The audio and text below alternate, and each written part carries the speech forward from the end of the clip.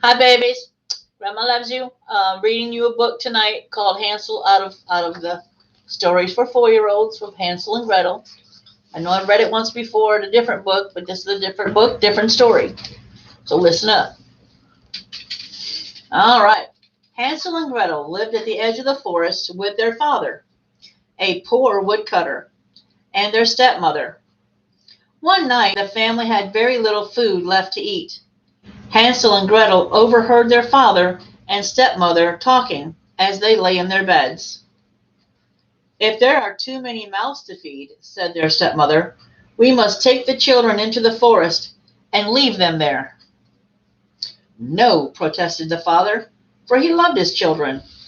"We must, we must, or we will all die of hunger," ordered his wife.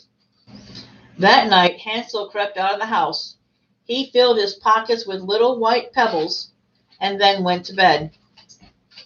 Early the next morning, the stepmother hurried Hansel and Gretel out of bed. With a heavy heart, the woodcutter led his children into the forest, and as they walked along, Hansel dropped the pebbles from his pocket onto the path. Then they reached the middle of the forest. The woodcutter said, "Wait here. We'll be back soon." But their father and stepmother didn't return. Soon it was getting dark. Gretel was frightened.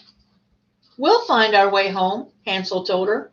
Before long, the moon lit up the white pebbles along the path. "Don't worry, we'll follow the pebbles home," said Hansel. The woodcutter was happy to see his children again, but their stepmother was furious. Mean old stepmommy. After a while, the woodcutter and his family had very little food again. "Tomorrow we will take the children deeper into the woods," the stepmother cried. This time, Hansel left a trail of breadcrumbs. When their parents didn't return again, Hansel said, "We'll follow the breadcrumbs I dropped on the path. They'll lead us home." But the birds had eaten all the crumbs. Tired and hungry, Hansel and Gretel curled up under a tree and went to sleep. The next morning they wandered through the forest until they came upon a cottage made out of candy and gingerbread. Hansel and Gretel greedily ate the candy. Suddenly an old woman opened the door. "Come in," she said. "I've got more food." The old woman fed them well and put them to bed. Hansel and Gretel didn't know that the old woman was actually a wicked witch who liked to eat children. Oh no! When Hansel and Gretel woke up, the old woman locked Hansel in a cage.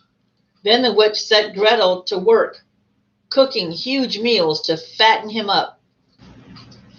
Every morning the witch asked Hansel to hold out his finger to feel if he was fat enough to eat.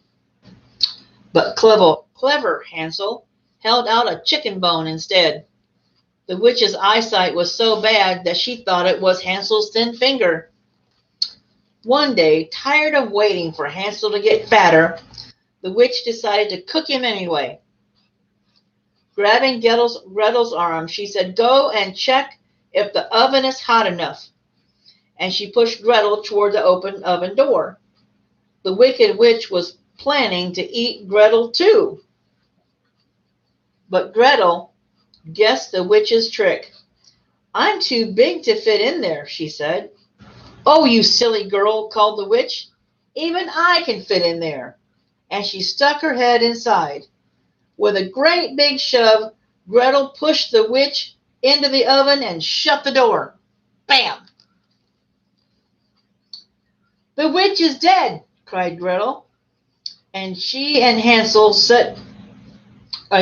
Hansel free, and they left. The children discovered the house was full of jewels and gold, so they filled their pockets and set off home.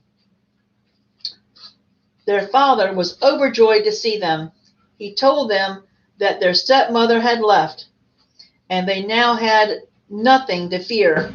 Hansel and Gretel showed their father the jewels and gold, and they never went poor or hungry again. The end.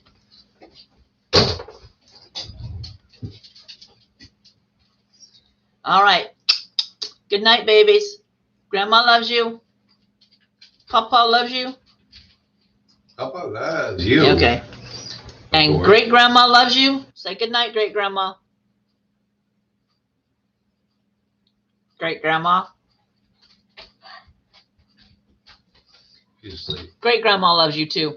All right. Love you, babies.